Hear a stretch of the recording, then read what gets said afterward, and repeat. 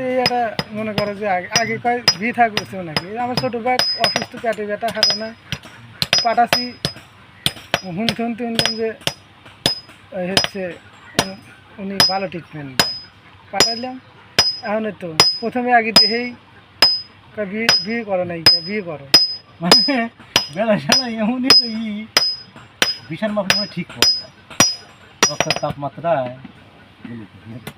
বুঝতে পারি medical officer তো